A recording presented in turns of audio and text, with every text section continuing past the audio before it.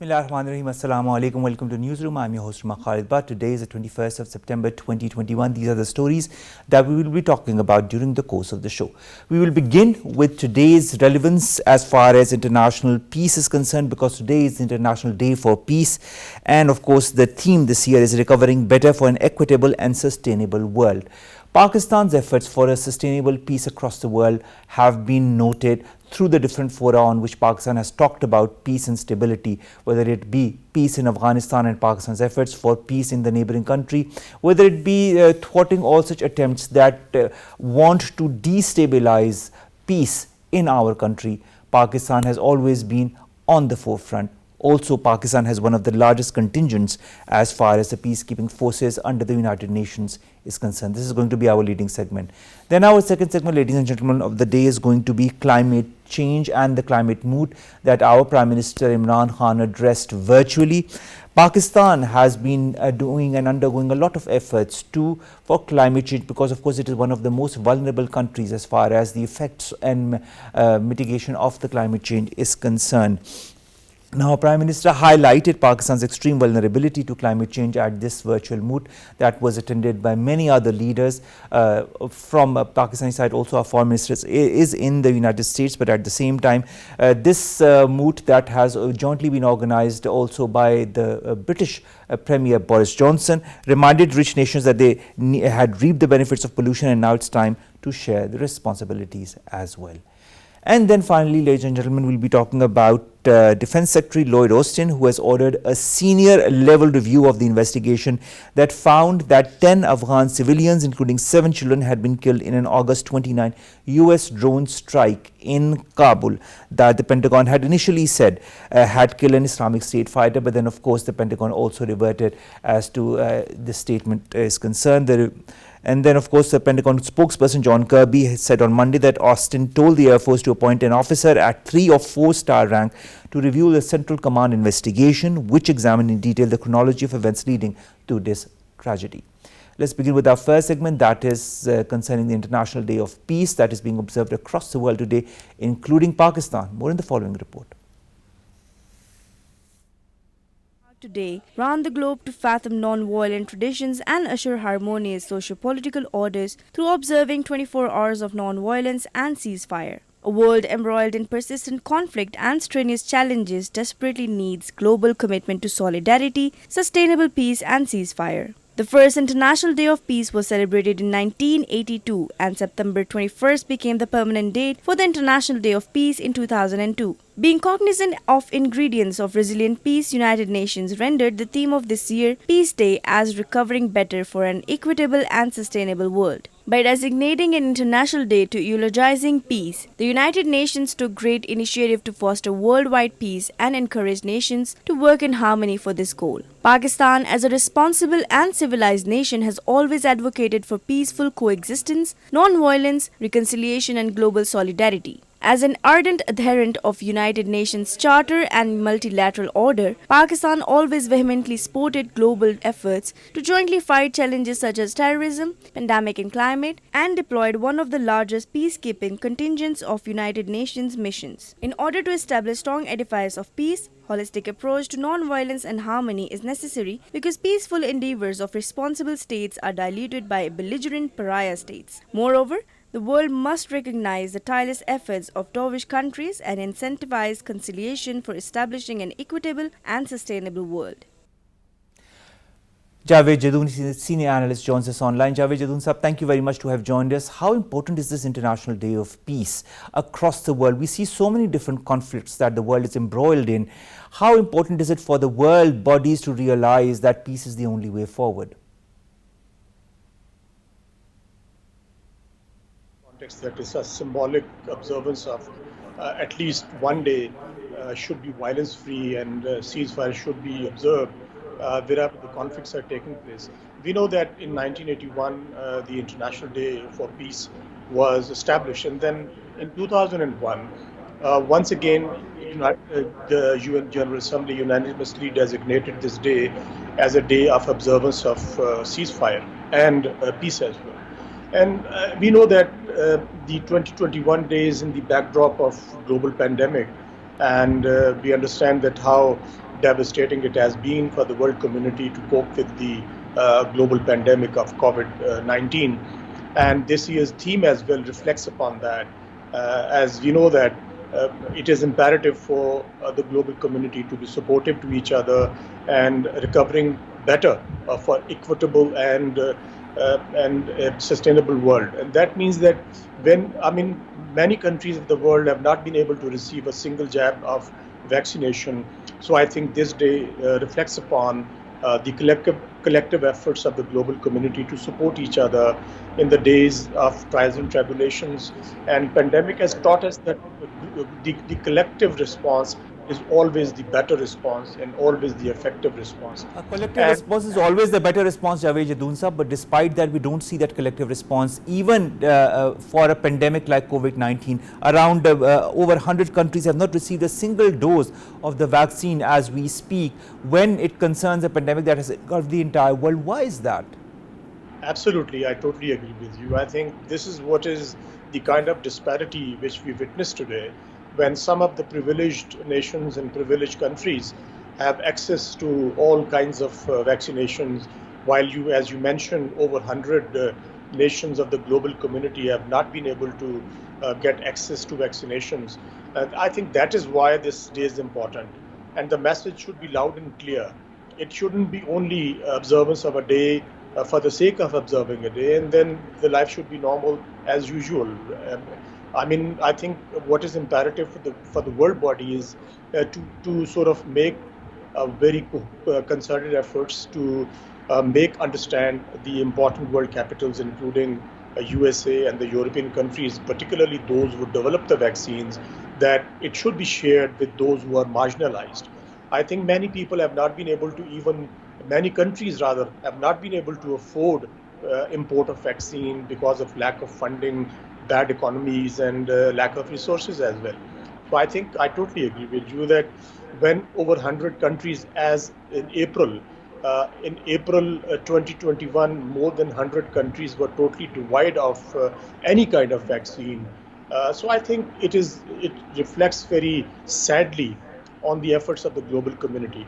When I say the collective efforts, pandemic is hitting every nation, every kind of people, every color, every creed, and every nation. So I think it has not discriminated whether you are in USA, in Europe, in Asia, in Africa, in Latin America. The pandemic has wreaked havoc everywhere. So why we shouldn't go for a collective response to deal with this global disaster? And I think it has been a bit selfish on part of the haves, as they have not been able to share the vaccine with the have-nots. So I think that is the kind of the gray area which the day is going to teach us. If we observe it in letter and spirit, if we just pass the day and we just talk about it, only pay the lip service, then I think it would be life as usual tomorrow. So I think we need to understand, and most importantly, the important world capitals and the world body itself, the United Nations, they need to understand that collective response is going to mitigate the sufferings of those who have been affected by the global pandemic.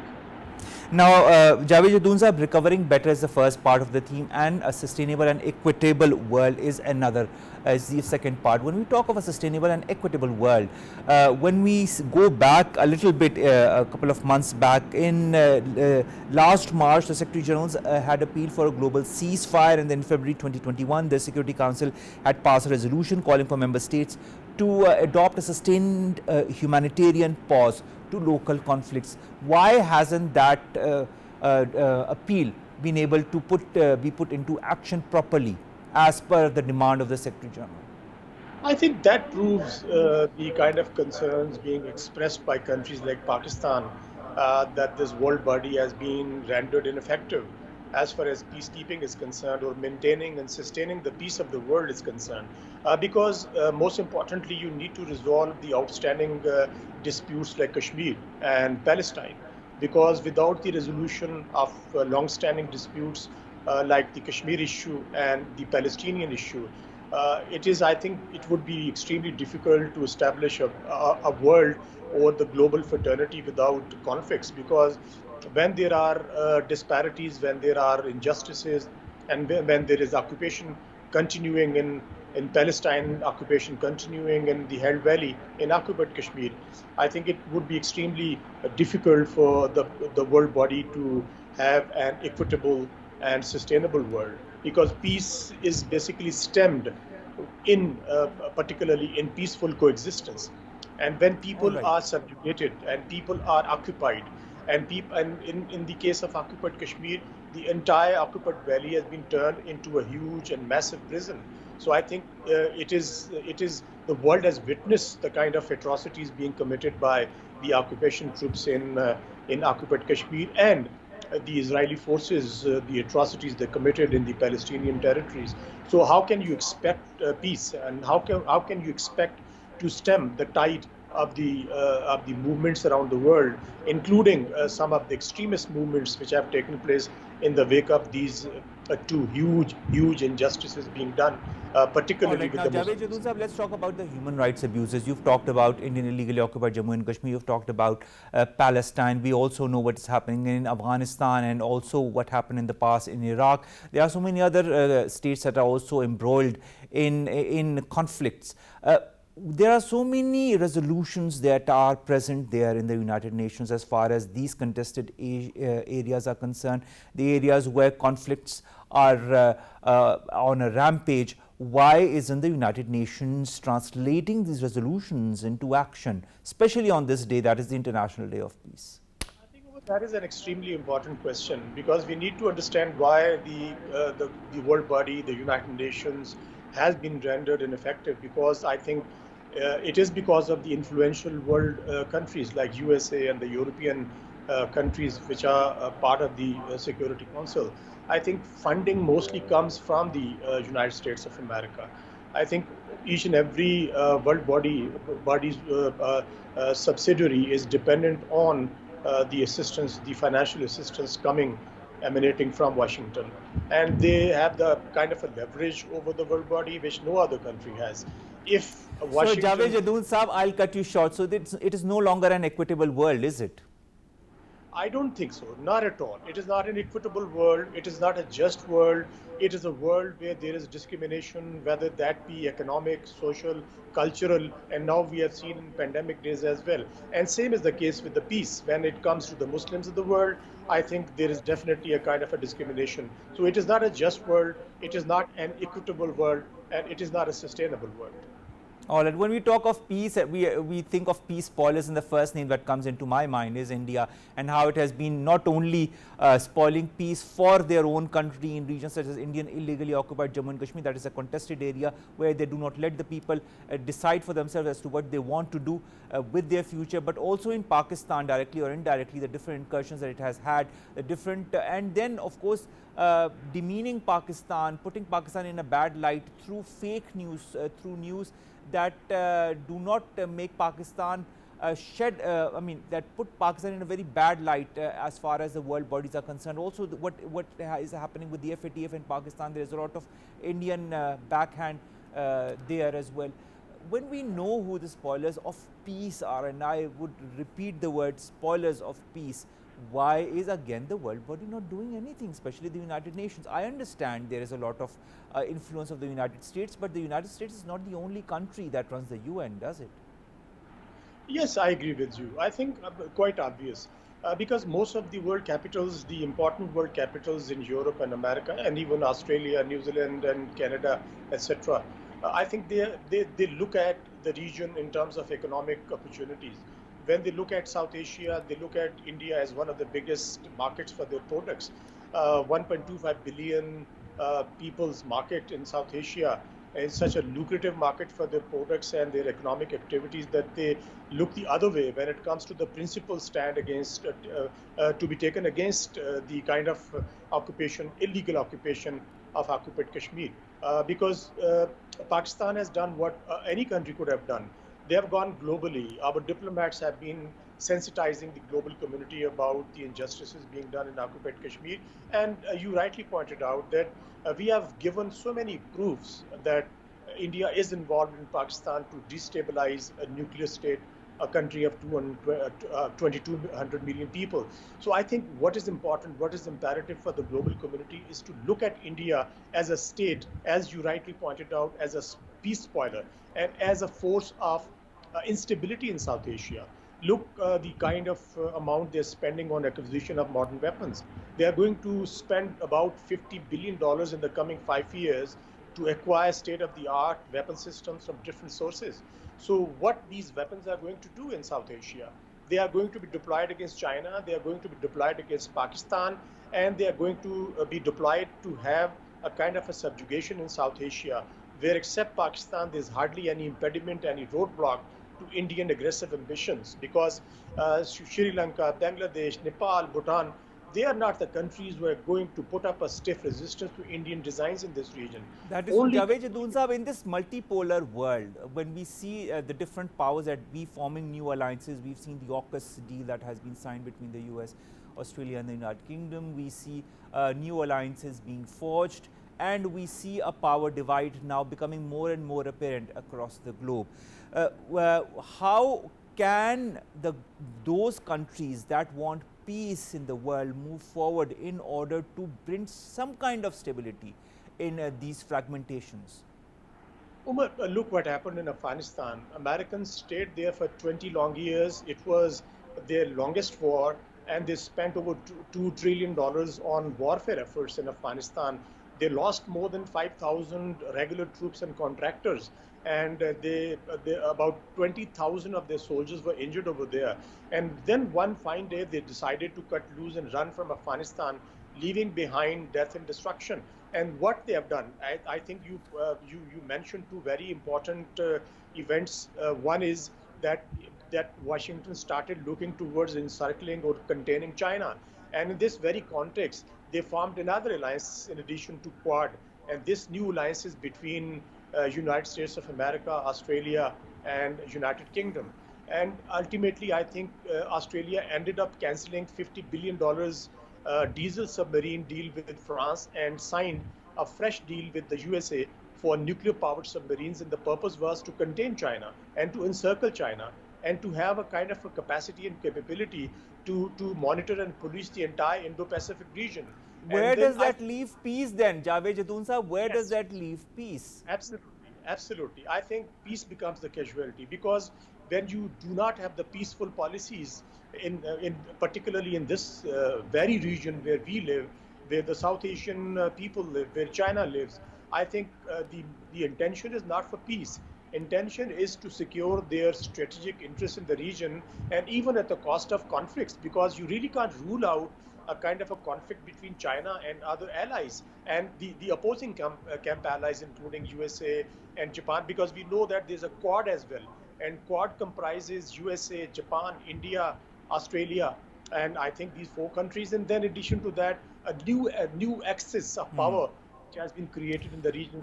From the new access of power, let's come. I mean, I'd like to really talk about peace and how peace can be achieved in the world. My last question to you, sir: the United Nations has identified certain factors that promote a culture of peace, which includes fostering peace through education, seeking to understand each other, promoting economic and social stability, respecting human rights, advocacy for equality, and choosing democratic principles. I mean, when we see our neighbor India, I'm sorry, none of these applies. Nevertheless, how easy or difficult do you feel these principles that have been enshrined by the United Nations are to achieve? Do you feel this will be a long way forward, unachievable, or might be achievable in the next decades, with, of course, countries uniting together in order to move forward in the right direction? Well, these are very lofty ideals, because they are very high-sounding words, and whether they are achievable or not, I think that's a big question mark, because achieving these objectives would require enormous amount of resources. And these resources, because when we talk about in the context of South Asia, this rampant poverty. Look at India, they're spending $50 billion on weapon acquisition, but on the contrary, they have more than 50% population living below the poverty line. That means I think 50 crore, 50 crore people living, or more than 50 crore people living below the poverty line, and nobody gives a damn that what kind of conditions are prevailing in India. I worked in India for 2 years. I was posted over there. I saw the kind of rampant poverty and the rampant corruption over there. And then you look at their ambitions, and they look at their ideals, and the ideals are to arm the nation at the cost of the people. So is the case for the global community, because they don't care whether the people are not living without food, without healthcare, without education, and without social services in India. They look at selling the weapon system to India. And Whether without proper vaccination, Javed Jadoon Sahab, that is also another very important point in the context of the pandemic that has hit the entire world.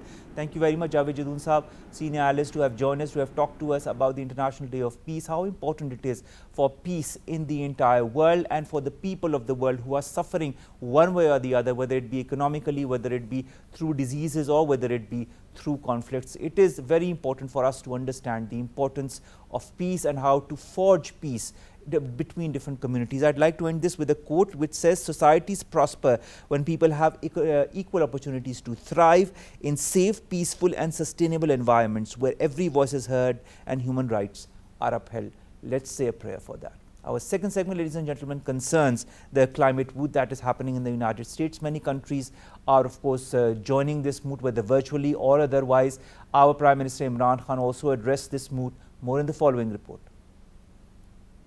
The climate change presents one of the most enduring and stubborn existential challenge to the modern world. Sensing the gravity of situation, Premier Imran Khan urged the developed world to follow agreements of the Paris Agreement on climate change at a United Nations sponsored meeting. The meeting was convened jointly by the Prime Minister of the UK and United Nations Secretary General on the sidelines of 76th session of the United Nations General Assembly. Prime Minister Khan expressed concern over unrealized climate finance pledges by the developed countries and termed it imperative to materialize green ambitions. The world's richest economies have already missed a target to raise $100 billion by 2020. It is pertinent to mention here that initiatives such as Debt for Nature Swap could create fiscal space for developing countries for sustainable climate actions. While addressing the informal closed meeting of heads of states on climate change, Prime Minister Khan also highlighted Pakistan's climate vulnerability and reiterated Pakistan's resolve to assume leadership role in addressing the global challenge of climate change through cooperative and constructive engagement. Earlier, the report from the scientists of the IPCC issued a deafening warning that greenhouse gas levels in the atmosphere are high enough to guarantee climate disruption for decades, if not centuries. In other words, the deadly heat waves, hurricanes and other weather extremes that are already happening will only become more severe. United Nations Secretary General Antonio Guterres described the report as a code red for humanity. Mariam Shabir, environmentalist, joins us online. Mariam, thank you very much to have joined us. How important is this mood, of course, this meeting on climate change? We've had so many other meetings in the past as well. We've had the report by the IPCC that talks about the grave dangers that is going to engulf the world in the next couple of years and decades. Is the world understanding? Is the world listening?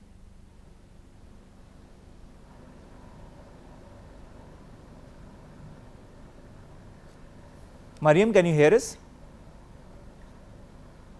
So, all right. Well, this was, of course, audio.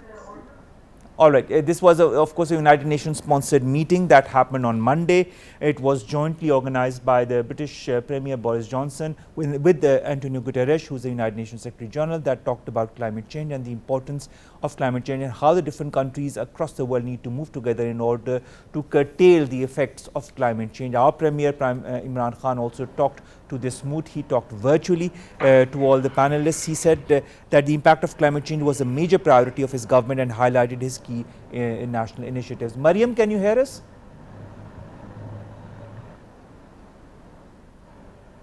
All right.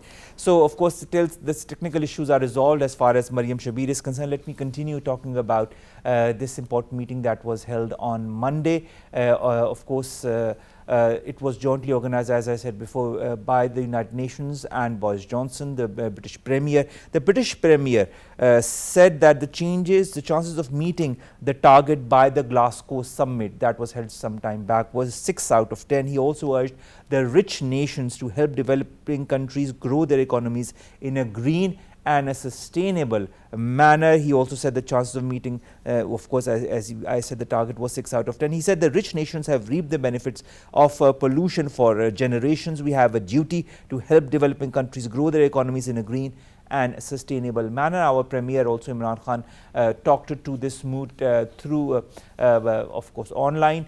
And when there were certain issues that he talked about, he reminded the participants that commitments made under the Paris Agreement need to be fully implemented. He also suggested that initiatives such as debt for nature swap could create fiscal space for developing countries for enhanced climate actions. He also urged the developed countries to take the lead in raising their climate ambitions, both for emissions reduction and increased financial flows to the developing countries. He also informed the world leaders that Pakistan had replaced two planned 2,600 megawatts coal power plants with hydropower projects as part of the Pakistani efforts towards climate-sensitive economic growth and development. He also talked about the different important initiatives that Pakistan has been involved in to mitigate the effects of climate change, such as the 10 billion tree tsunami project and the clean energy target of 60% by the year 2030. This, of course, is very important. The whole wake of the report that was taken out by the IPCC, which is the Intergovernmental Panel on Climate Change, which talks about a lot of events that are going to happen across the world if the world body as a whole, or the nations across the world, do not come together to forge a fight, a war against climate change. Now, the objective of this meeting that happened this Monday was to deliver a shared political understanding and a vision on what needs to be delivered in the lead up to this climate change conference, that is the COP26 that is going to happen in Glasgow as well. Also, a United Nations study that I talked about, the IPCC study that was released last month, warned that the world could not avoid the same devastating effects of climate change, but it had time to take some correctional measures.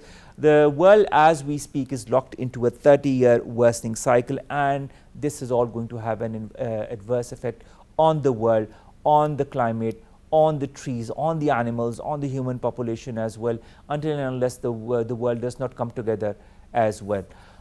Mariam, can you hear us now?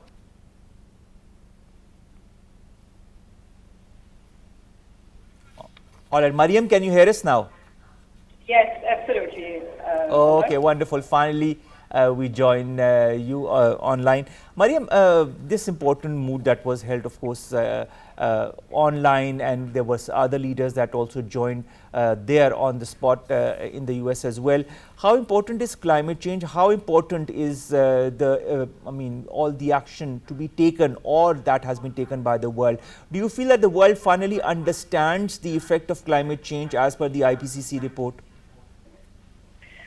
Thank you, Umar. As far as this effects of climate change are concerned, I think now, as Johnson Morrison said, that world is now eating those fruits of pollution. Now they are looking at those aspects. Earlier, what they were doing was that they were emitting, and South Asian countries and developing countries were the vulnerable. But now, as we have seen in Germany, Belgium, in United States of America, there are wildfires, heat waves, flooding, and such extreme climate change issues around the globe. So yes, they are looking at climate change very seriously. But as far as targets are concerned, and this meeting is concerned, this meeting was of course more of informal. There were more than 30 world leaders of different countries attended it, including G20 countries. This meeting was of course a good indicator before Conference of Parties 26, which is going to happen next month in Glasgow, UK, and it is kind of good reminder, of course, to tell the world that developing countries are facing the brunt of climate change. But while the world needs to commit more towards it, like suppose that if we talk about their targets, they were supposed to give developing countries of producing climate finance up to $100 billion by 2020, which they have failed to provide so far. And another was, of course, transfer of clean technology, which they have also failed so far. So there are a lot of targets which they haven't met yet. And this meeting is an important reminder where Prime Minister Imran Khan has reminded them that look, Pakistan is part of solution, although it is being impacted by the worst impacts of climate change. But yes, I mean, it's a good gathering. It's a good reminder. It's a good reminder for developed world to put kind of pressure on them before COP.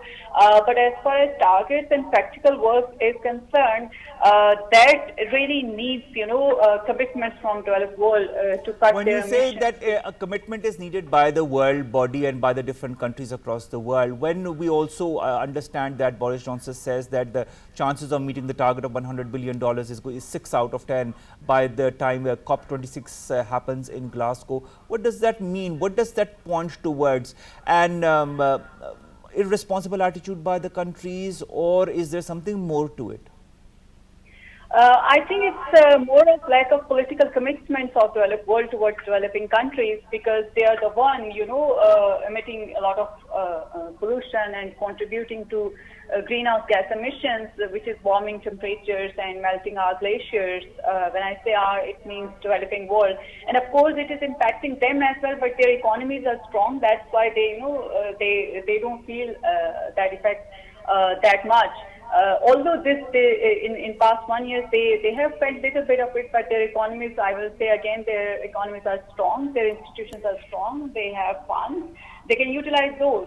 So when he said that, target 6 out of 10 is that, of course, this climate finance, this target was not met, and green technology transferred and their emission reductions target, they were also not achieved by developed world. So yes, I think it's only a few weeks away now, this Glasgow. So this informal meeting, there are only a few weeks left. What they can achieve in this very short time when they haven't achieved, in past 2 years. When I say past 2 years, with the Paris Agreement, they were supposed to, complete these targets in 5-year times. But in past 2 years, year was, I would say 1.5 year, because that was important for them, because they kind of got another year due to COVID, because last year COP26 did not happen. So this COP26 would also be very important. This meeting is also very important to also, finalize rule books, Paris rule book. What does that mean? When you finalize Paris rule book, it means that you have to, that the implementation of the commitments would be more easier, and you can push countries, more formally under that book. So finalization of Paris rule book is also very important. We should be. I don't know you if talk that about is the being Paris discussed rule in the book, meeting. Mariam. I'd like to remind you. You talk about the Paris rule book. Let me remind you that the carbon emissions are still not controlled by the developed countries, leave alone the developing countries. This is also what our Prime Minister Imran Khan reminded the world of during his address to the mood. When a thing as simple as carbon emissions cannot be controlled by the world, how do you feel they can move ahead with all the other issues that impact or are impacted by climate change? There are a lot of other emissions apart from carbon dioxide emissions. Let's say methane emission, which also contributes to warming our temperatures. But this greenhouse gas emission, this carbon dioxide gas, is of course very much in larger quantity, as we discussed in our previous show as well, when you took me on board, about IPCC report, in which they have told emission which were from 2011 to in this decade only. These emissions were like it was very, very, very much in only in this period. So it is very important to, of course, control greenhouse gas emissions, and it can be controlled, by looking at the sectors emitting. And when I talk about sectors, I should talk about the bigger companies which are contributing to it. And the top 100 or top 10, if we narrow it down, our companies are based in developed world, which are contributing a lot, to the emission. And Pakistan is among those countries who are contributing less than 1% carbon dioxide emissions and greenhouse gas emissions. Although even then, we are one of the country, which has contributed Most a lot vulnerable to the towards effects of climate climate change. solution. That is so true, Mariam. Now, Prime Minister Imran Khan also said that commitments made under the Paris Agreement need to be fully implemented. When we talk of the Paris Agreement, you talk about the Paris Rule Book as well. Why are we not trying to implement the points raised in the Paris Agreement when it was a thing that was jointly decided by all the important countries of the world? Yes, you're right. As I mentioned earlier, that for the implementation of a commitment made under Paris Agreement, it's important to finalize Paris Rule Book. It has not been finalized yet. So once it's finalized, and we should hope that it should be finalized in COP26, then accountability factor would be easier. When I say easier, that doesn't mean that target would be achieved 100%. But of course, it's kind of lack of commitment. If you look at the United States of America, they they back off from this Paris Agreement when in their previous government. So lack of political commitment and of course priorities when it comes to development that leads to take such kind of decisions. And when we talk about tackling climate change issues and reducing emissions, that doesn't mean that we don't talk about development. Development can be done with, incorporating concept of circular economy. We can talk about green economies, and we can talk about, debt for nature swaps like Pakistan has introduced, and Pakistan is leading in that. So there are a lot of ways you can make your business greener and sustainable without harming environment and without emitting much into the atmosphere, to make this earth livable and for us and for future generations as well. All right, Mariam, how do you feel Pakistan can lead as an example for those countries who are trying to mitigate the effects of climate change by all the different projects that Pakistan has involved itself into, whether it be the 10 billion tree tsunami project, whether it be the clean energy target of 60% by 2030, or whether it be all the other projects that Pakistan is involved in to kind of mitigate the effects of climate change? Do you feel other developing countries, if not the developed countries, can take some tips from the Pakistani example? Of course, I think Pakistan being a vulnerable country is not part of problem, it's more part of solution. If you look at the projects, as Prime Minister Imran Khan stated in the meeting on 20th as well, that this Pakistan was, going towards coal power plants. It is some of the projects are still on that, but two major projects were taken out of that, and it has shifted to hydropower plants now, which means that it will reduce carbon emissions, and it has introduced e-vehicle policy, and by 2030 that will bring 30% electronic cars in Pakistan, which will also reduce emissions and make our air clean and breathable. And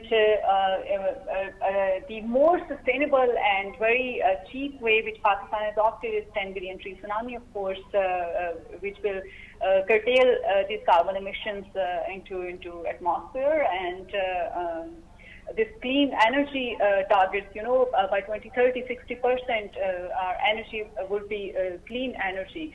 That this is the target of this government and this Recharge Pakistan program, and there are a lot of other smaller projects as well which are pro-environment under this government.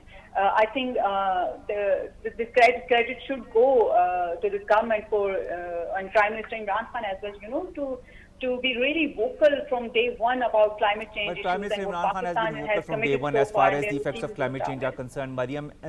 And we really hope that other countries can take a leaf from Pakistan's example as to how to mitigate the effects of climate change. And Pakistan has been highlighting this time and time again on different fora, including at the United Nations, as we've evidenced very recently by the visual address of our Prime Minister Imran Khan to this meeting, talking about climate change. Nevertheless, we need to take the example of the report that has come out from the IPCC and be extremely vigilant of what can happen to the world if it does not take into account all the different effects of climate change and does not follow examples of those countries that are trying to bring a change in the world. I think change is very important, especially as I would point out, as has been pointed out in the report by the IPCC, wake up call. The world needs to finally wake up from its slumber and change all the words that it has been talking about into reliable action. Thank you very much, Mariam Shabbi, to have joined us, environmentalist, talking to us about climate change, the effects of climate change, Pakistani efforts to mitigate these effects, and of course this moot that was held on the sidelines in the United States. This was a joint collaboration of the United Nations and the United Kingdom. And then let's come to our final story, ladies and gentlemen.